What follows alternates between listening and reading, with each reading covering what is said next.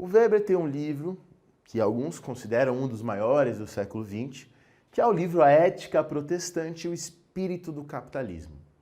Nos vestibulares isso aparece bastante. Esse livro explica o quê?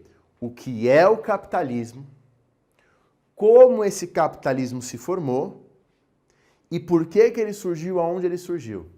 Quer dizer, o Weber parte da seguinte constatação: Estados Unidos, Inglaterra, Holanda, ou seja, os países onde o capitalismo surgiu pela primeira vez, eram todos países protestantes, e protestantes calvinistas. E mais, o capitalismo não surgiu nas partes mais ricas do mundo. As partes mais ricas do mundo, no século XVII e XVIII, eram a China, eram a Índia. Por que o capitalismo não surge lá? E sim na Inglaterra, na Holanda, depois nos Estados Unidos. E aí ele fará uma relação forte entre o protestantismo e o capitalismo. Então vamos ver. A constatação que ele parte justamente é isso. O capitalismo surge em áreas que não são as mais ricas do mundo e que são todas protestantes calvinistas. Então será que há uma relação entre as duas coisas? Então o Max Weber vai explicar três coisas. Nós vamos ver e eu vou dividir a explicação desse livro em três partes. Primeiro, Weber explicará o que é o capitalismo. Segundo, como esse capitalismo se formou, o que ele tem a ver com a ética capitalista. Terceiro, porque os países protestantes da linha calvinista tinham as condições para a formação do capitalismo. Por que é nesses países que se forma esse capitalismo? O Weber vai colocar num dos capítulos do livro, ele vai explicar por que o luteranismo não é adaptável ao capitalismo e não ao calvinismo. Não vou entrar nesse detalhamento, porque isso já vai além do vestibular, mas eu deixo para vocês lerem quando vocês forem ler a obra. Então, vamos entender isso, uma coisa de cada vez então. Primeiramente, antes de explicar o que é o capitalismo, o Weber, para combater os sensos comuns, explica o que não é o capitalismo. Capitalismo não é sinônimo de ambição ou cobiça. Por quê? Porque a ambição e a cobiça existiram em todas as sociedades humanas.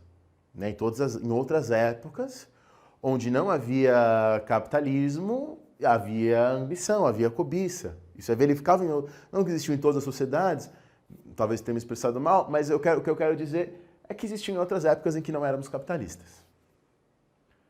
Segunda coisa, capitalismo não é sinônimo de dinheiro. Há muitas sociedades que não são capitalistas e que têm dinheiro.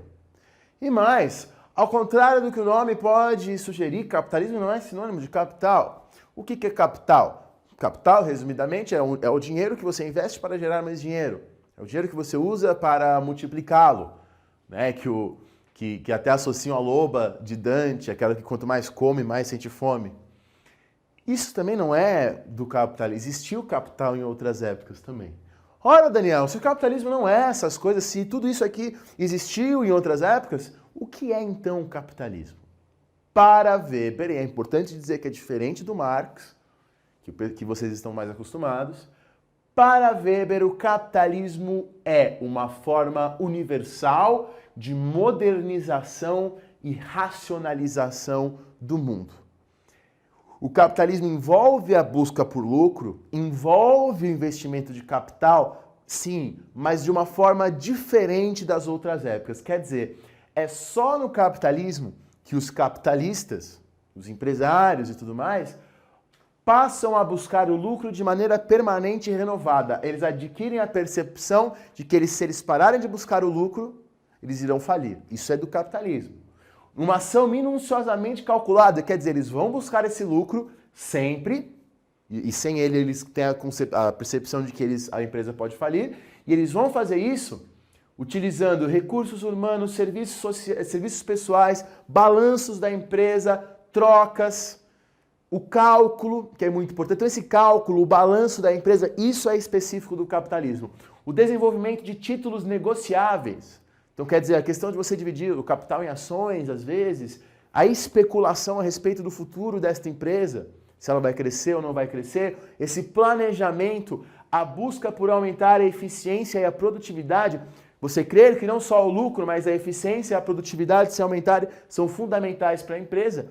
Tudo isso é uma atitude, uma forma de buscar o lucro, de investir o capital do capitalismo. Então isso é o capitalismo para Weber. que eu resumo nessas palavras. Para isso acontecer, para o capitalismo existir, é preciso que exista uma ciência moderna que vai oferecer a contabilidade, os balanços e tudo isso, o reinvestimento, o aumento da eficiência. É preciso que exista uma contabilidade exata. Então é preciso que haja um balanço eficiente, uma mão de obra livre, já que a mão de obra escrava seria menos eficiente e não daria para repor e tudo mais. A organização racional do trabalho, a separação entre a empresa e a moradia do empresário, então aí é mesmo ter um lugar para produzir, um lugar para morar, como coisas diferentes, não mais eu produzir na minha casa, como era no artesanato e às vezes na manufatura também. E a sociedade capitalista é dividida em classes sociais, isso é muito importante, o pessoal confunde isso muito. Vou até tentar explicar isso melhor. Quando Weber fala em estratificação social, ele fala que existem 3 tipos de estratificação social. Existe para ele, em primeiro lugar, a sociedade de castas, que seria o exemplo clássico de alguns lugares da Índia, que ainda se organizam assim em castas. A sociedade de castas é uma sociedade na qual você nasce numa posição social e você ficará nela o resto da sua vida. Não há como sair dessa posição social. É totalmente imóvel. Um segundo caso seria a sociedade de ordens. Caso clássico, a sociedade da Idade Moderna, absolutista, ou a sociedade feudal. Na sociedade de ordens, a mobilidade social também é muito pequena, mas até existe, às vezes por casamento, ou por você ganhar uma terra, seu desempenho na guerra e tudo mais. E na sociedade de ordens, na sociedade feudal, a sua posição social depende dos seus privilégios. Então, na Idade Moderna, acontecia de, às vezes, o nobre ter menos dinheiro que o burguês, ser mais pobre que o burguês. Só que o nobre está socialmente acima do burguês, porque ele tem títulos, privilégios. Então, a sociedade de castas se organiza por nascimento, a sociedade de ordens se organiza por privilégios juridicamente estabelecidos, e a sociedade de classes, que é a capitalista, sua posição social depende da sua posição no mercado, do dinheiro e tudo mais. Então é essa a sociedade capitalista. E essas são as condições.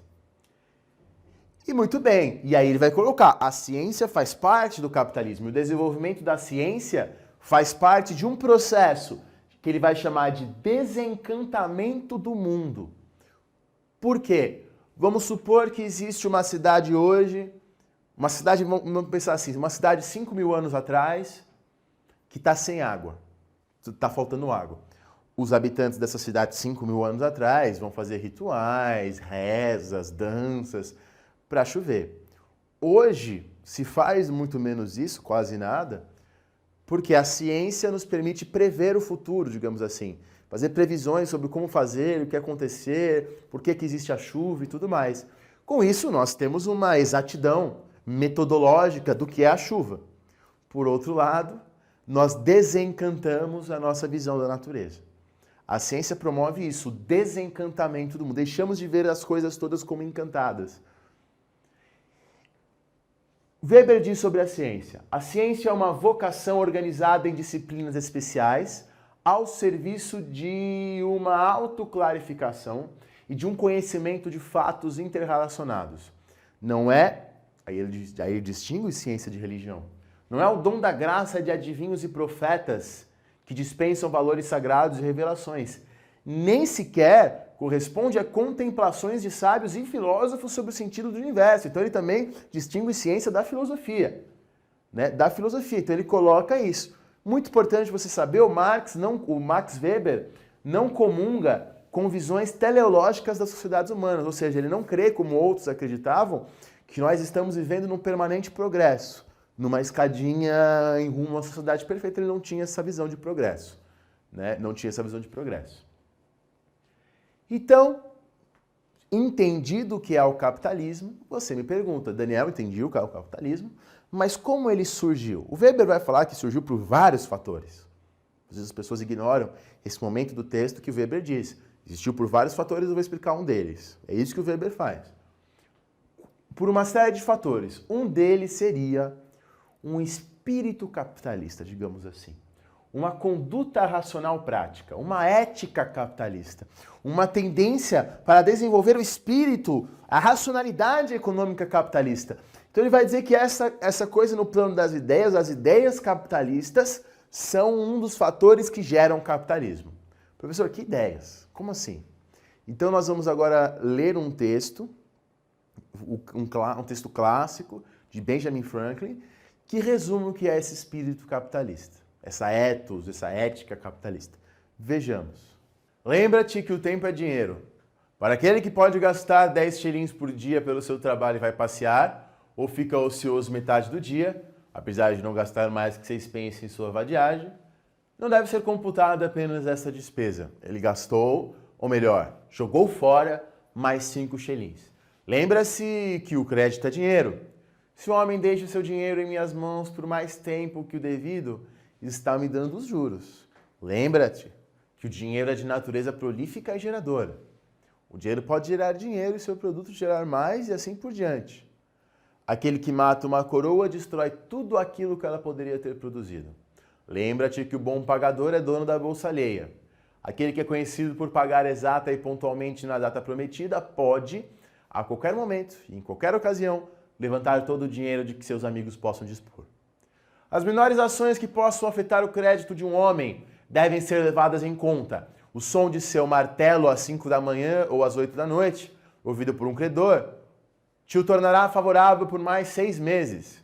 Mas se te vir à mesa de bilhar ou ouvir tua voz na taverna quando deverias estar no trabalho, cobrará o dinheiro dele no dia seguinte. Não te permitas pensar que tens de fato tudo o que possuis e viver de acordo com isso. Para evitá-lo, mantém por algum tempo uma contabilidade exata de tuas despesas e de tuas receitas. Mesmo pequenas e insignificantes despesas se acumulam em grandes somas. Aquele que gasta 1 groat por dia inutilmente desperdiça mais de 6 libras por ano. Texto clássico, então, de Benjamin Franklin, que resume o que é a ética capitalista. O que você nota por esse texto? Primeiramente, o tempo é dinheiro. Tempo é dinheiro. Então eu não posso ficar parado à vadiagem, como ele diz no texto. O ócio é uma coisa ruim. Se na antiguidade, se na Idade Média, o ócio era visto como uma coisa boa, você não trabalhar é um momento bom, porque aí você exerce sua criatividade e tudo mais, aqui a ociosidade é vista como uma coisa ruim. Alguns dizem até que é daí que vem você se sentir mal por não estar trabalhando. Então, primeira coisa, associa-se o tempo a dinheiro. Que mais? Ora, ele está colocando também que você deve ser uma pessoa boa e trabalhadora, tratar bem os outros, pagar suas contas em dia, não porque essas ações são boas, mas porque isso vai te ajudar a fazer com que os outros emprestem mais dinheiro para você. Perceba, é uma ética altamente utilitarista. Você não deve ser bom porque é bom ser bom, como diria o Kant, que tem aulas anteriores. Não, você deve ser bom porque isso vai te dar mais dinheiro. Mais pessoas vão emprestar dinheiro e essas coisas. Perceba isso. E mais, ele está dizendo aqui como se a pobreza e não trabalhar fosse um pecado mesmo. E é isso que o Benjamin Franklin acreditava, que era um pecado não trabalhar e que era você querer a pobreza era um pecado. Ele está dizendo, nunca permita a você mesmo acreditar que você tem todo o dinheiro que você precisa. Nunca. Sempre busque mais e mais e mais e o que você ganhar dinheiro você reinvista mais. Isso é uma atitude que o Weber vai dizer que é a atitude capitalista, e que esse tipo de atitude gera o capitalismo. Esse tipo de mentalidade gera o capitalismo. É um utilitarismo ético, então a ética eu só sou bom porque isso me dá dinheiro. O indivíduo sente que reinvestir o seu dinheiro é uma obrigação pessoal e que o trabalho é como se fosse uma vocação do ser humano, que não trabalhar é uma coisa ruim. Veja que isso é ao contrário do que diziam os gregos. E muito bem, essa ética capitalista esteve presente nos países protestantes capitalistas, especialmente ao longo dos Estados Unidos e da Inglaterra, que ele trabalha bastante, que ele cita bastante. Então veja só, essa ética capitalista gerou o capitalismo. E onde surgiu essa ética capitalista? A origem dessa ética capitalista é a ética puritana calvinista. Aí que ele faz a relação entre puritanismo e calvinismo. Por quê? Para os puritanos calvinistas, você busca nas aulas de história essa questão, só vou expor rapidamente. Para os calvinistas, para, né, depois os seguidores de Calvino que vão fazer essa relação, todos os seres humanos já estão predestinados a ir para o céu ou a ir para o inferno. Isso já está definido por Deus muito antes do nosso nascimento. Então, coloca-se nessa religião a questão da predestinação. Entretanto, as pessoas perguntavam para os líderes calvinistas, ora, como saber se eu estou predestinado a ir para o céu ou a ir para o inferno? E alguns começam a dizer, há várias formas de você saber se você vai para o céu ou para o inferno. Uma delas é se você resiste ao pecado. Se você tem uma grande resistência ao pecado, é sinal de que você é um predestinado para ir para os céus. Evidentemente, é engraçado você pensar que por conta disso as pessoas passavam a se vigiar mais, a fechar-se mais em sua ética para tentar mostrar, provar que é um predestinado. Veja o ciclo que isso gera. E outra coisa, se você tem sucesso no seu trabalho, se você trabalha e pelo seu trabalho, pelo seu esforço, pelo seu mérito, você se enriquece, isso é um sinal que você tem a graça divina. Veja só, isso é muito importante. É a primeira vez que se estabelece uma relação entre o sucesso econômico, o acúmulo de riquezas e a graça divina. Então não é mais, abandona-se aquela ideia de que alguns defenderam em determinados momentos, de que Deus quer você pobre, de que Deus, se você for pobre e viver numa vida simples, isso pode ser bom para com Deus. Não. Se estabelece uma relação entre a riqueza e a graça divina.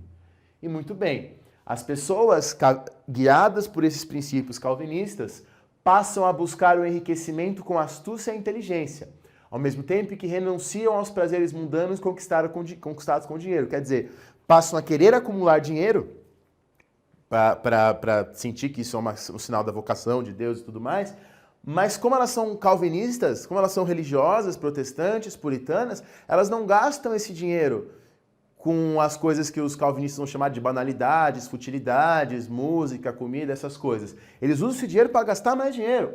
Um trabalho diário e metódico, para ganhar mais dinheiro, né? Usa o dinheiro para ganhar mais dinheiro. Trabalho diário e metódico como um dever religioso. O trabalho diário e metódico como a melhor forma de louvar a Deus, seguindo a sua vocação. A falta de vontade de trabalhar, para eles, é um sinal da falta de graça divina, surgindo um sentimento de culpa por desperdiçar um tempo e não trabalhar nesse tempo. Então, na visão weberiana, se traz e tudo isso com a ética calvinista. O que mais que a ética calvinista traz? A ideia de que o sucesso no trabalho é um sinal de que você é um predestinado. O homem preferido de Deus, isso eu tirei diretamente do Weber, é o tipo ideal no capitalismo. O self-made man. O homem que se faz a si mesmo. O homem que, pelo seu trabalho duro, torna-se um rico empresário. Mas fique claro, qualquer forma de ostentação da riqueza ou gastos com luxo são desprezados pela ética calvinista. O resultado, olha que interessante, da combinação entre liberação absoluta das atividades em busca de riqueza, não há mais condenação ao enriquecimento, como havia em alguns lugares católicos, ligado à limitação do consumo, gera um grande acúmulo de capital. Tais valores, com o tempo, permaneceram e se desligaram da religião. Então a tese do Max Weber é que esses valores eram religiosos, só que eles entram na cultura desses países de forma que os valores continuam mesmo que a pessoa não seja religiosa. E esses valores geram capitalismo. E essa é a tese do Weber. Veja que é uma tese diferente daquilo que se acostuma, muito interessante, muito utilizada e muito debatida. Isso é o que eu queria falar para vocês da ética protestante do espírito do capitalismo, esse texto que aparece tanto no vestibular.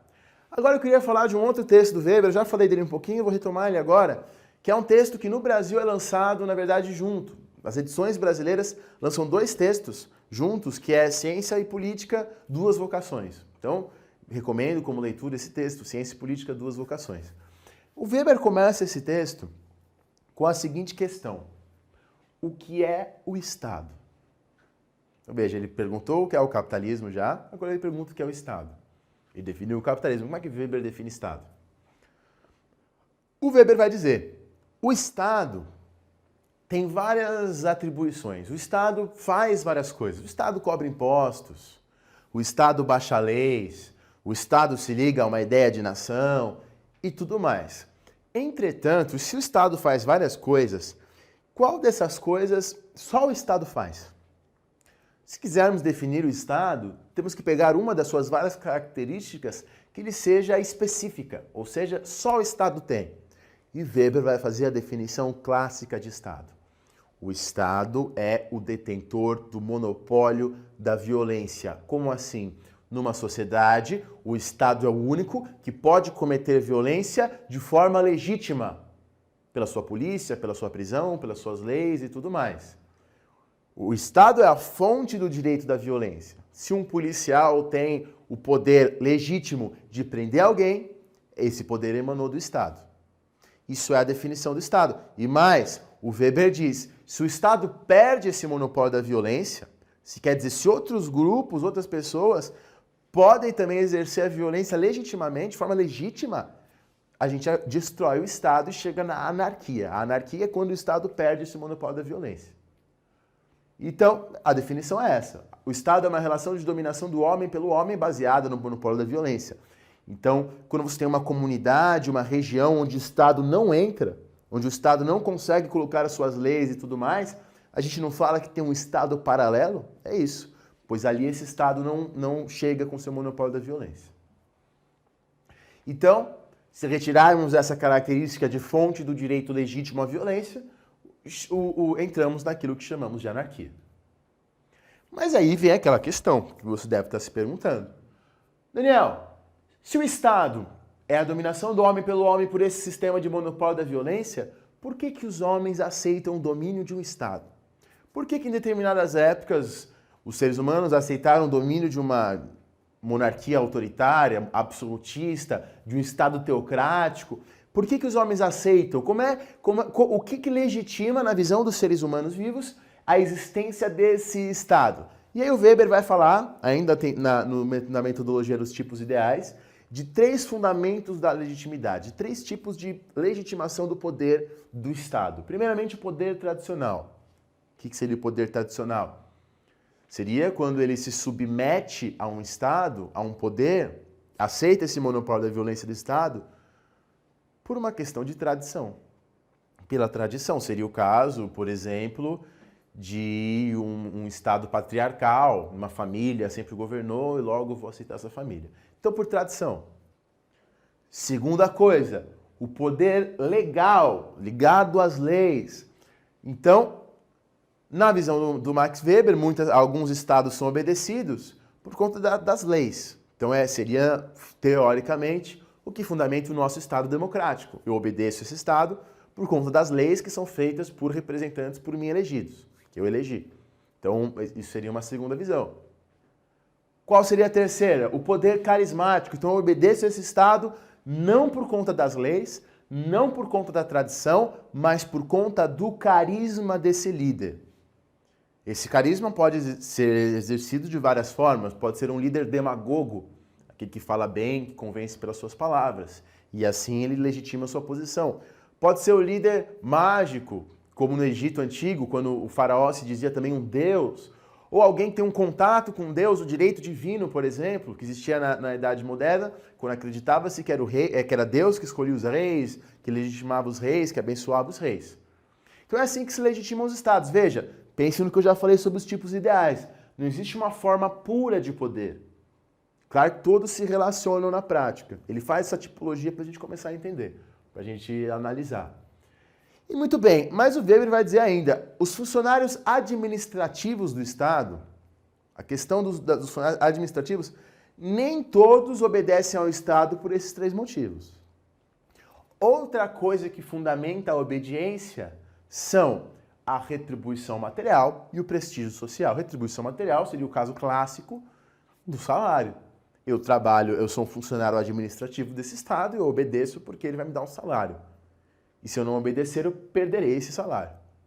Mas um outro caso é o prestígio social. Então eu trabalho para esse Estado pelo prestígio que isso me confere. Isso é muito famoso no Império Brasileiro, no Segundo Reinado. Dom Pedro II dava títulos de nobreza que, na verdade, não conferiam para essa pessoa privilégios de fato. Davam para essa pessoa prestígio. E era isso que se buscava e se obedecia pelo medo de perder tal prestígio. Pelo medo de perder tal prestígio. Então é isso. Ele vai falar também, o Weber, pensando ainda na lógica que fundamenta os estados, na administração. Então ele vai classificar também 2 formas de administração dentro dos estados. Numa primeira, Os funcionários, os outros magistrados, os líderes são proprietários dos instrumentos de gestão desse Estado. Exército, cavalos, veículos, recursos financeiros. Como assim, Daniel? Seria o caso do Estado feudal. Um Estado feudal, que alguns nem chamam de Estado, na verdade, você até tem um rei, mas o exército, por exemplo, que seria um desses meios, está dividido entre os senhores feudais. Então, se o rei quer fazer uma guerra, ele tem que convocar os senhores feudais para que os senhores feudais convoquem esse exército. Então veja que no caso do feudalismo, na sua forma clássica, não está nas mãos do rei o aparato administrativo, está dividido entre os senhores locais. Um outro caso seria quando os meios de gestão estão nas mãos do Estado.